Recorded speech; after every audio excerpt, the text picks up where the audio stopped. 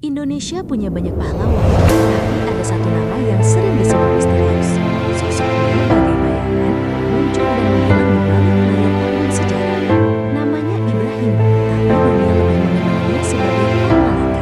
Seorang pemikir, pejuang dan filsuf yang adalah sebuah perjalanan tanpa akhir.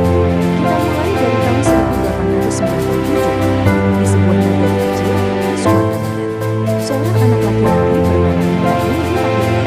Sejak kecil, ia sudah menunjukkan kecerdasan yang luar biasa.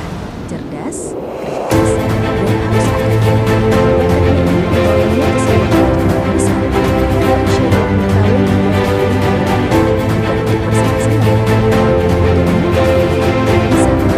Pada usia 20 tahun,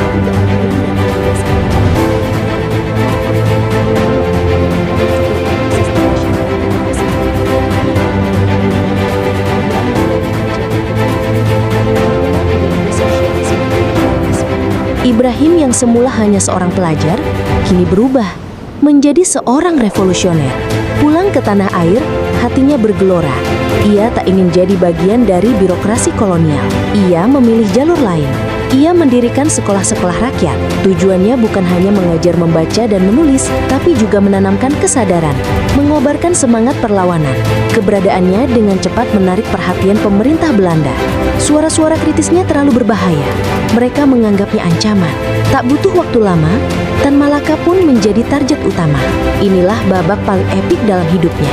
Untuk menghindari penangkapan, Tan Malaka memulai hidup sebagai buronan. Ia menggunakan puluhan nama samaran, Hasan, Syafi'i, Ilyas Husain, dan banyak lagi.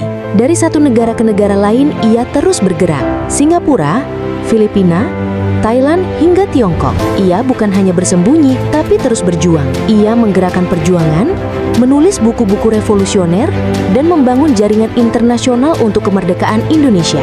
Di balik selimut penyamaran, lahir salah satu karya terbesarnya, Madilog, singkatan dari materialisme, dialektika, logika.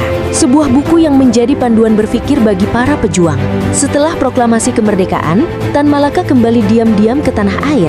Ia berharap bisa ikut membangun bangsa yang dicintainya. Tapi zaman telah berubah. Panggung politik sudah diisi oleh para pemimpin lain dan ideologinya dianggap bertentangan. Ironis, pahlawan yang mempertaruhkan segalanya untuk Indonesia kini dianggap musuh oleh bangsanya sendiri. Ia ditangkap, dipenjara, dan akhirnya dihabisi. Tan Malaka wafat bukan di tangan penjajah, melainkan oleh bangsanya sendiri. Sebuah akhir yang tragis untuk seorang pejuang sejati. Tan Malaka dimakamkan di tempat yang tak diketahui selama puluhan tahun.